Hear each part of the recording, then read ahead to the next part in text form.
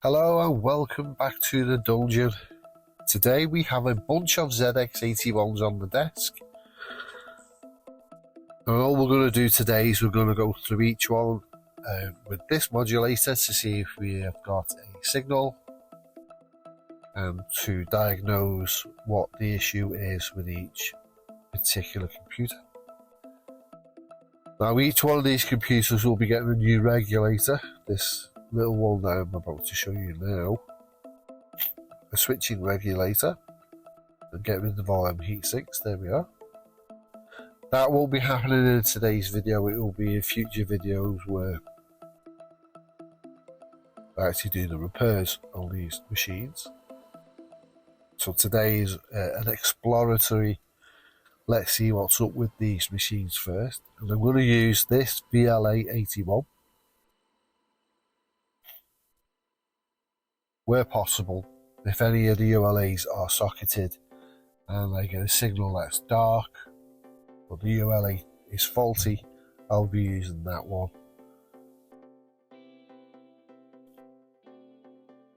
So I say we're going to get all these off the desk. We're going to start looking at what the issues are with these machines. What I'll be doing is taking the modulators off all of them to put the composite mod on to get a signal if possible.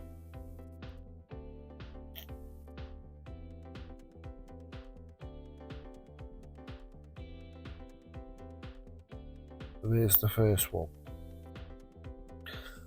Thought we'd have some music in the background on this video today, just so I don't have to fill all the silences up. Just give it a bit of a check over.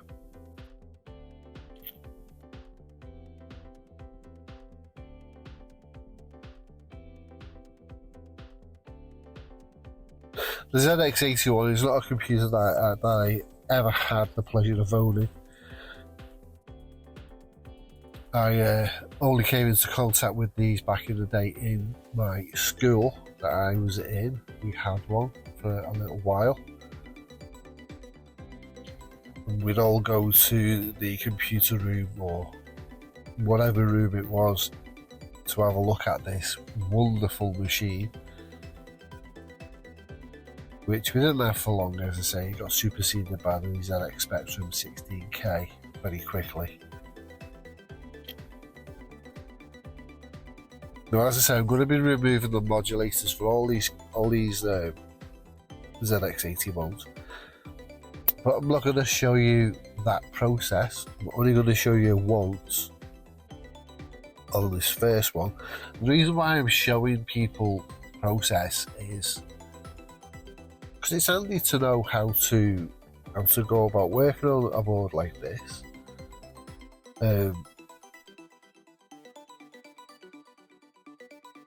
The modulators themselves are really easy to remove. There's just a ground wire and a there is a 5-volt line and a video signal that comes off the board that goes into the modulator. The modulator itself is grounded. I'll just put a bit of fresh solder on to help with desoldering. Now, I've left this in because some videos that I've watched with the ZX81 and others like the Spectrums and all the old 8-bit computers don't necessarily show you desoldering things like a modulator. The modulator itself is attached to a ground plane, and they are really big pins and they take a lot of heat to remove that solder or to apply new solder. So I've left it in just so it can be seen. It's a bit of a warts and all approach.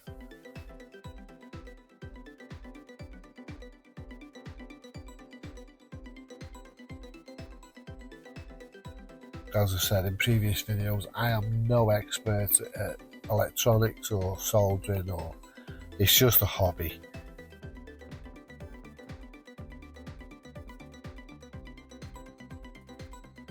So I'd rather show people the warts and all thing rather than just, oh, it's been changed. I do that in this video because it'll be a rather long video watching me desolder and solder things to the board, and all it's going to be is the modulators anyway, because as I say, no other components are going to get changed, so it's just a diagnosing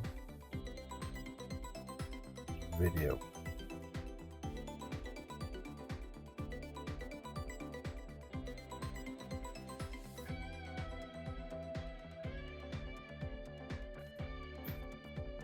Out comes the desolder gun.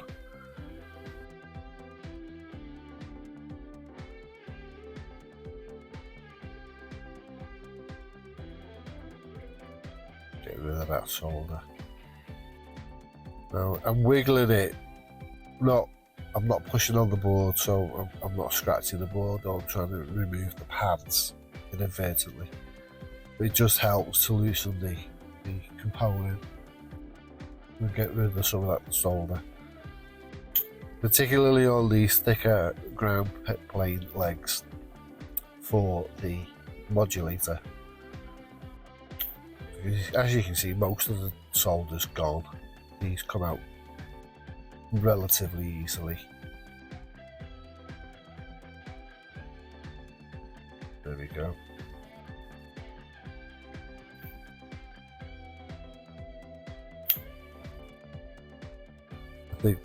Yeah, this one had a little bit of solder left on. I'm just cleaning it up. Trying to push the leg through, but just trying to get a bit of solder off the legs. And off pops the modulator. Yay.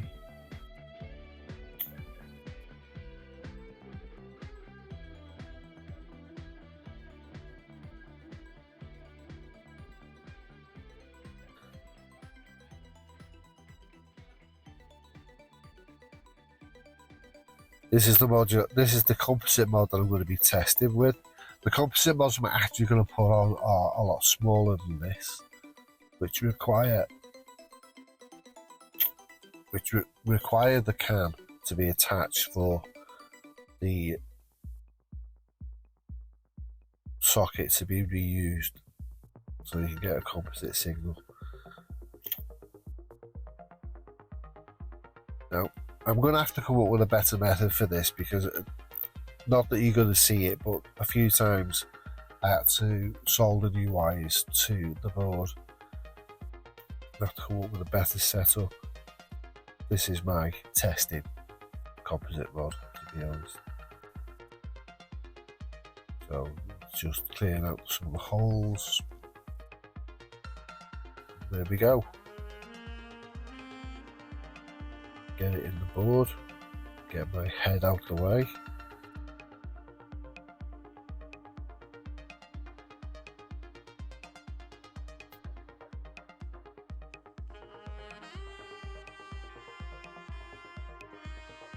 Get this soldered into place.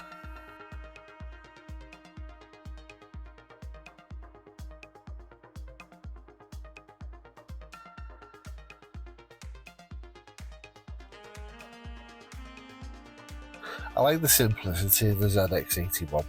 They are easy to work on.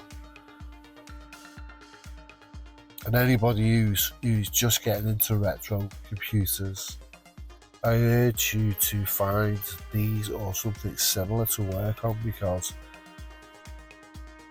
later 8-bit computers such as the Commodore 64, even the Spectrum, they are a little bit more involved. And although they're easy enough to learn, this is like as easy as it gets.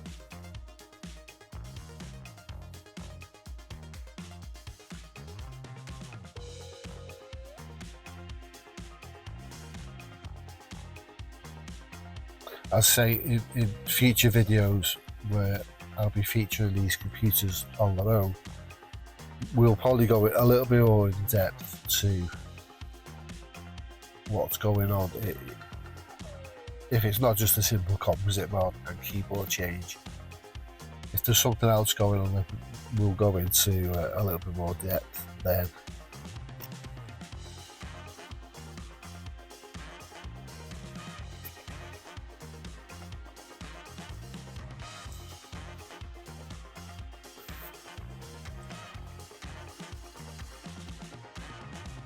Right, there we go. We're just pressing the composite mod into place. Get it soldered in. There's my head again.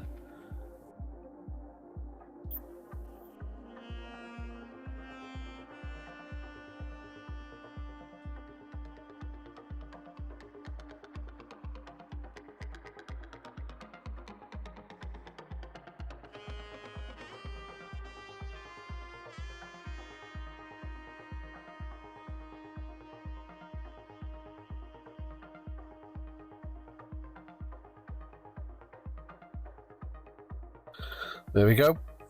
Okay. Let's get this hooked up and switched on. Give it a bit of a test. See if we can get a signal.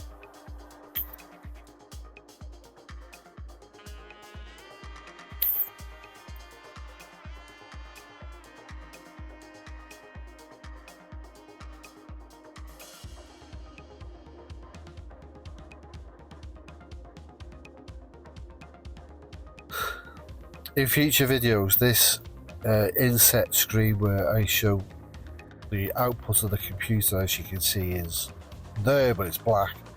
I'll be making it a lot smaller. I think it's just, I've done it too big, it's taking up too much screen real estate. And you can't see what I'm doing now, so just to clue you in, I'm playing with the DIC switches on the composite mod itself. Just to see if it can brighten the picture up, but it doesn't work. It stays dark.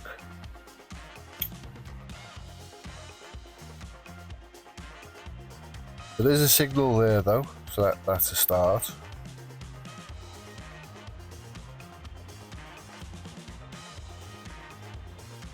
I'll be taking this out the socket. It does give me a bit of a fight, but there is I'm not going about this in the right way. What I mean by that is that what I should be doing is, rather than just changing the modulator and taking out the ULA, I should be doing a couple of other little tests first. Now, as I say, it's a fairly simple computer, so there's not a lot going on. However, the first thing I should be checking with all of these computers is that the regulator is actually giving out the right voltage. I do come unstuck with this on a board coming up, spoiler alert, but yeah, I should be checking the voltages, because if the voltages are not there, then the regulator needs to be changed. So doing all of this type of work now will be redundant. Now luckily the regulator on this particular board is okay, hence why we got a signal. But I'm doing a lot of unnecessary work, because if the voltage regulator is broke, then nothing's going to work, is it? So,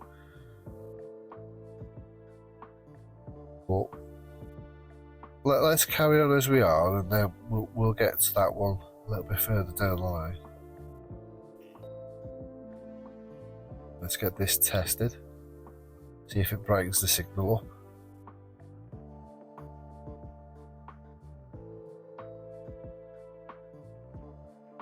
Now at this stage, I don't think I had the VLA set up properly. On this particular VLA, you can switch the back porch on and off to simulate different ULA types. Because some composite mods, like the one I'm using, can inject the back porch itself.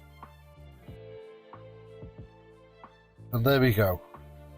An image, not the best, but it's an image. We can investigate that at a later time as to what the issues are. when we put in the actual composite mod that we're going to be using and see how we go. So out comes the VLA. So that needs composite. That actually says composite mod. I know you can't read it. I don't know why I use gold. So number one is done and dusted.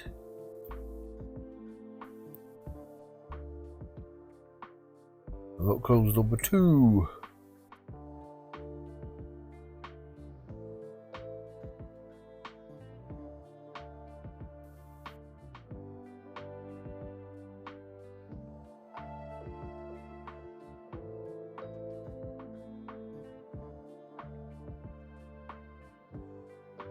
As I say, these computers are relatively straightforward. They don't usually present a lot of major problems, unlike Spectrums where you've got transistors to change, RAM chips to change, and capacitors to change that can go bad.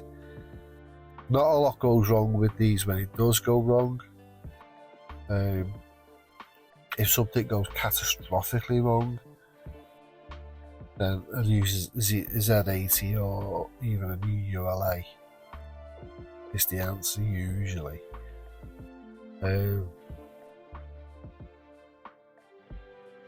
So I say they are good beginner computers to learn on, actually.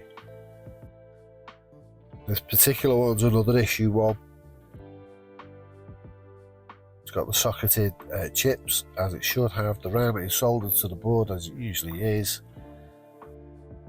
This particular ULA is an early type because it's just got a date code on it, which is 1981, and I'm not sure if it's 26th week. But it's an original one. Now this has had a composite mod done to it with a transistor and a resistor and so on.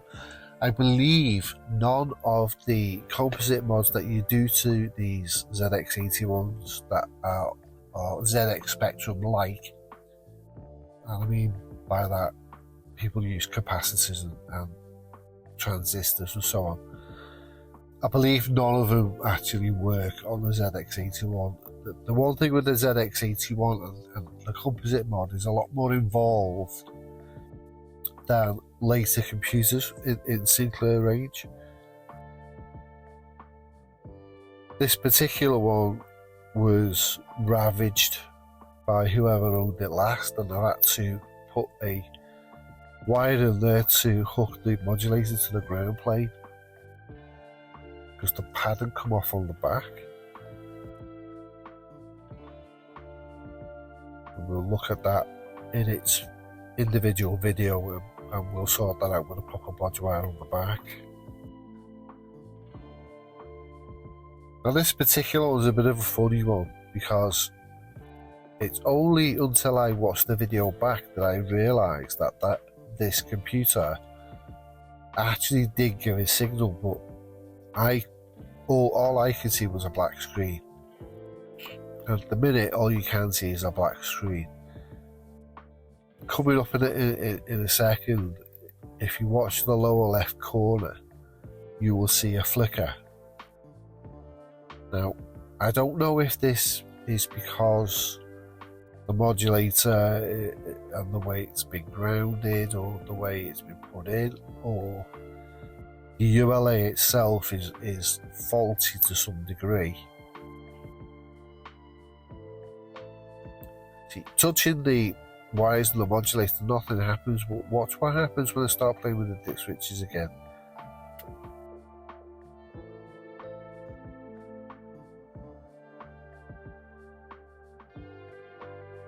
Let's get something like there you go. Just in that bottom left hand corner, you saw a little flicker of the K. So there is a signal there. It's quite weak. And I said, I don't know if it's because of the ULA or not. Well, at this stage, I thought that. Once I put the VLA in, you'll see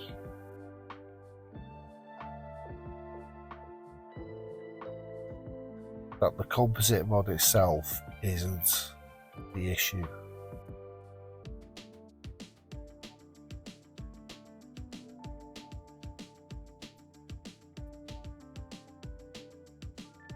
Make sure the VLA is in its socket.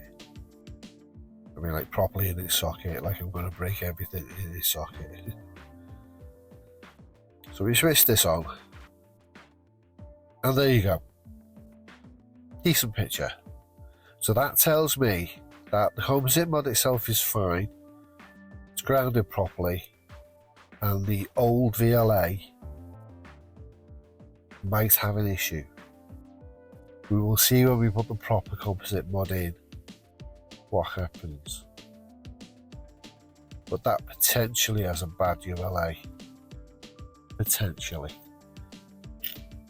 So just for now, all we're going to say with this one is that the composite mod needs doing.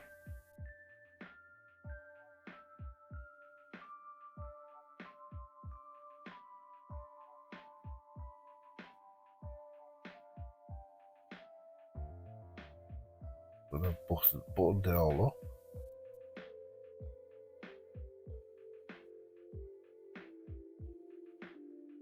Please leave comments down below. Even though this channel's been going for, well, I opened it 4 years ago, but I've only been doing videos over the past 12 months. And I'm new to this, so any criticism is accepted, because anything I can do to change how I approach these or do the videos, then please let me know. Anything at all. It's like anything, once you start doing it more and more, you get into it and you start finding your groove. So on this, it's number 2, and I don't write on it because I actually wrote on a piece of tape that's on the inside that you can't see. Well done. Here comes number 3. Another issue one. Now this is the one that tripped me up. There's bodge wires going up.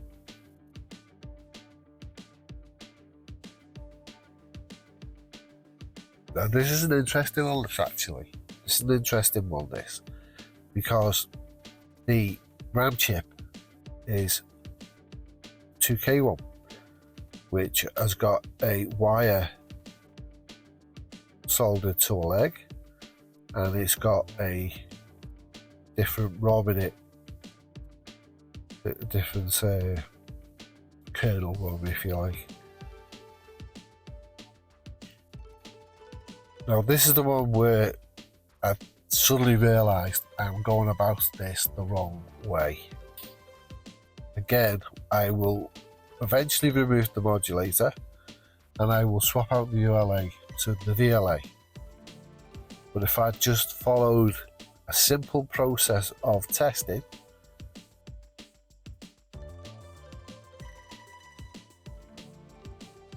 we'll be okay. What's interesting about this is that it's got another type of mod for the composite, a resistor and transistor on the outside this time, that the transistor soldered to the board, but again it doesn't give a signal. I don't know if this worked at the time that it was done, but as I say, doing the composite mod on the ZX81 is a bit more involved than just adding a capacitor like you would do with the ZX Spectrum.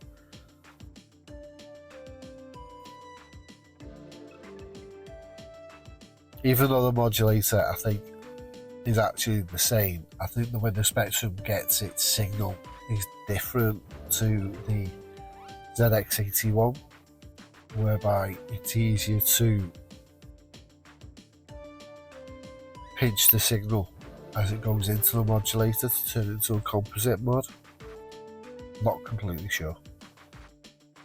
Spectrums are not my area of expertise. In fact, Spectrums are currently my nemesis. I've prepared 1 or 2 in the past, but generally they always catch me out. Anyway, back to the ZX81. Now again, there's no picture. There's not even a flicker.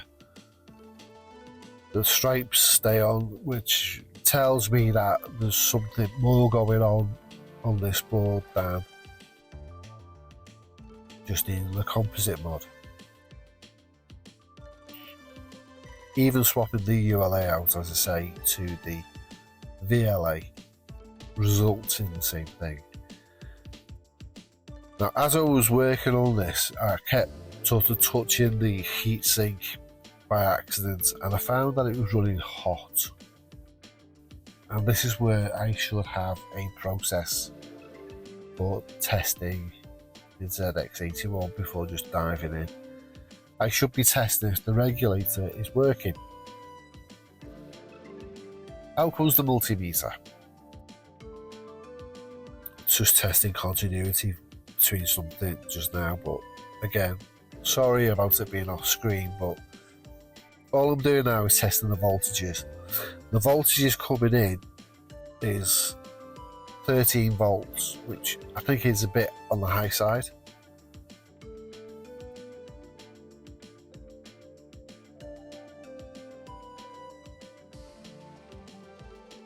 So yeah, 13 volts, and then we test the out leg of the regulator and the 0.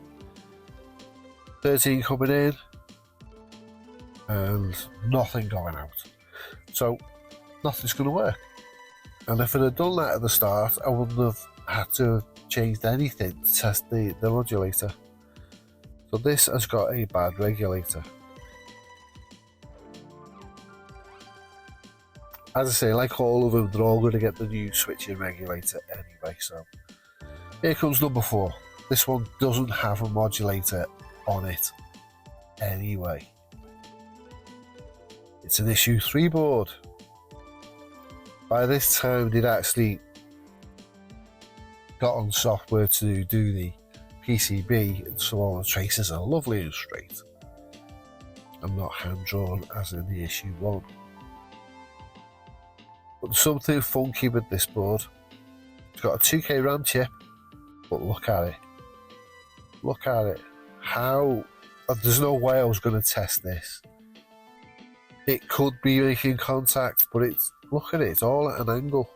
Poor electrons are going to fall out the other side, it won't work. Don't know where I heard that joke before. But yeah, there was no way I was going to test this.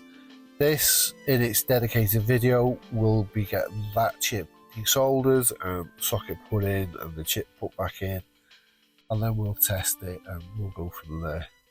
So for now, number 4 has a bad RAM chip.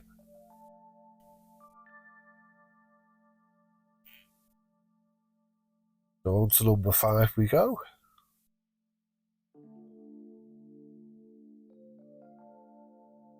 Another issue 3. Now this particular issue 3, I think,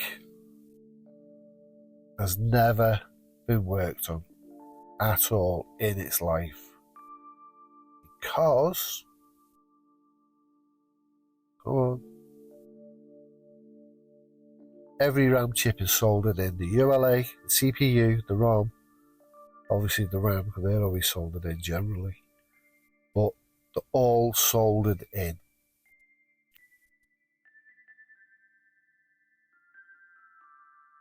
Now,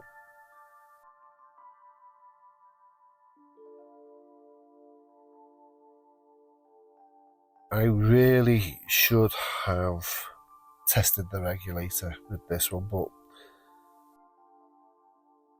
I didn't. But it didn't matter, I was lucky, because it just works. And that's probably the best picture of all of them up to now. So the ULA is fine, so it just needs a new keyboard, and hopefully this particular one will just work. Not all of these computers are going to make a video probably, because some of them are just going to be literally, like this one, it'll be just attaching the composite mod, putting a case in it, putting it in its case and putting a new keyboard on it. But we'll see.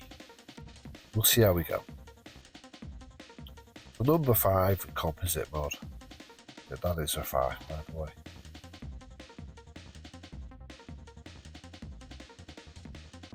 And on to the last one, number 6. Back to an issue 1.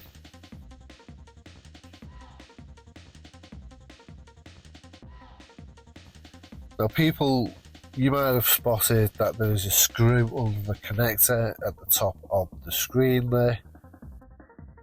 I didn't see this obviously at the time, but how this board didn't short out, I don't know.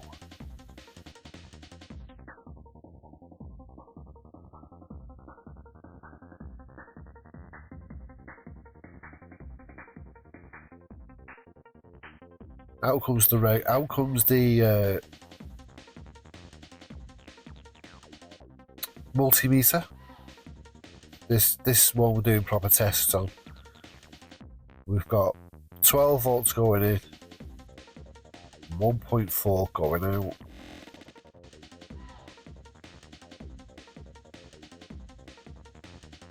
Just testing the modulator to make sure that only 1.5 volts is going to. So this one's got a bad regulator. So this one I actually did right. Well, properly I should say. So there you go, all done, all 6 done now. And as I say, we'll be making videos for them all. Number 1 will be getting its own case, but that'll be a later video because of it getting a new case. So there you go, all 6. Hope you've enjoyed this video.